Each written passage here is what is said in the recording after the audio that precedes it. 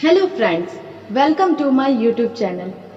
पिछले वीडियो में हमने नेट के पाठ्यक्रम में संकलित इकाई 7 की कहानी राही का कथावाचन किया था।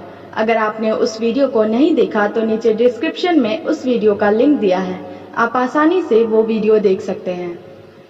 आज के इस वीडियो में हम राही कहानी के परीक्षा उपयोगी महत्वपूर्ण बिंदुओं पर चर्चा करेंगे। तो आइए देखते हैं इस कहानी के महत्वपूर्ण बिंदुओं को।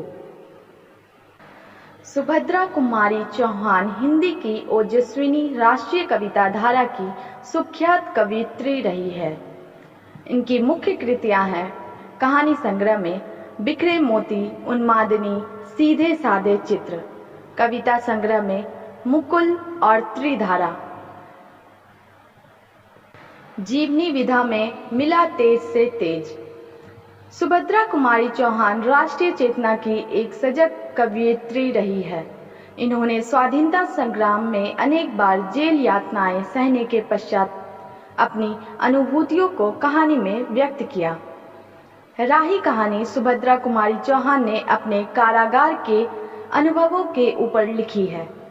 इस कहानी के पात्र हैं राही, जो एक गरीब औरत जिसे चोरी के जुर्म में कैद किया गया था, और अनीता, जो एक अमीर घर की महिला जो स्वतंत्रता संग्राम में क्रांतिकारी गतिविधियों के कारण जेल गई थी।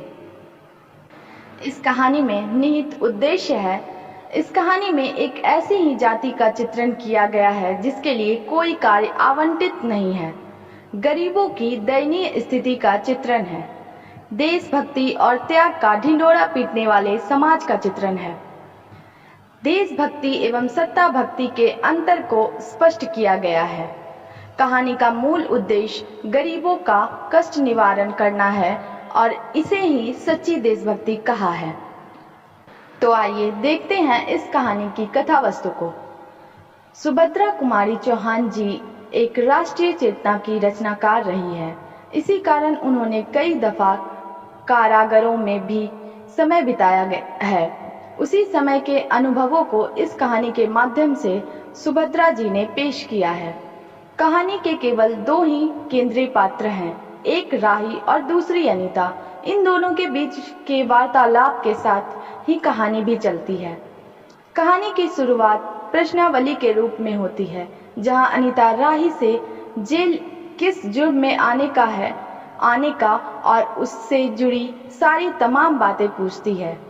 राही ने अपने भूखे बच्चों के पेट भरने के लिए 5 सेर अनाज की गठरी चुराई और उसी के जुर्म में कारावास में थी।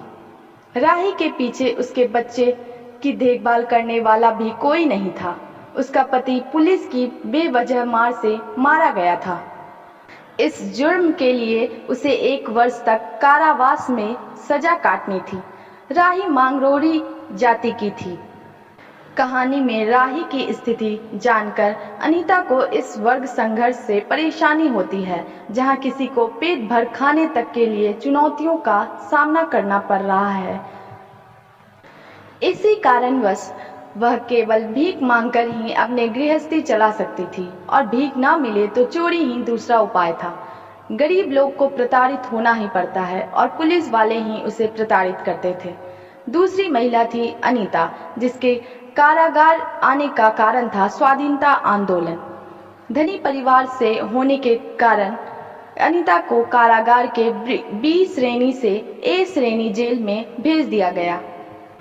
ए श्रेणी जेल में सारी मूलभूत सुविधाएं उपलब्ध थी। कोई जेल वाली परेशानियों का सामना नहीं करना पड़ता था।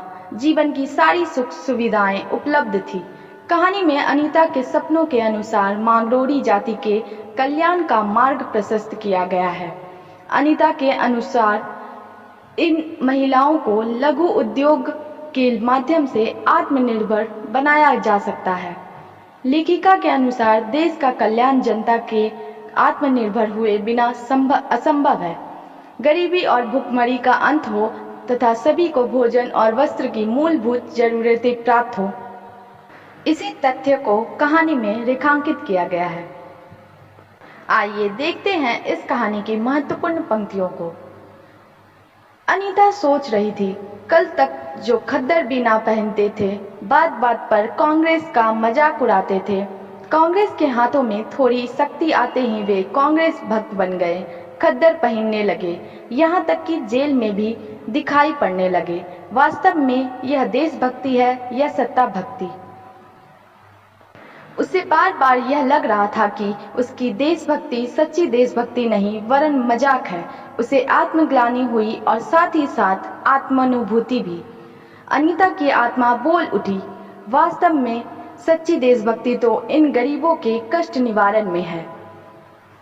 अनीता के सामने आज एक प्रश्न था। वह सोच रही थी कि देश की दरिद्रता और इन निरीह गरीबों के कष्टों को दूर करने का कोई उपाय नहीं है।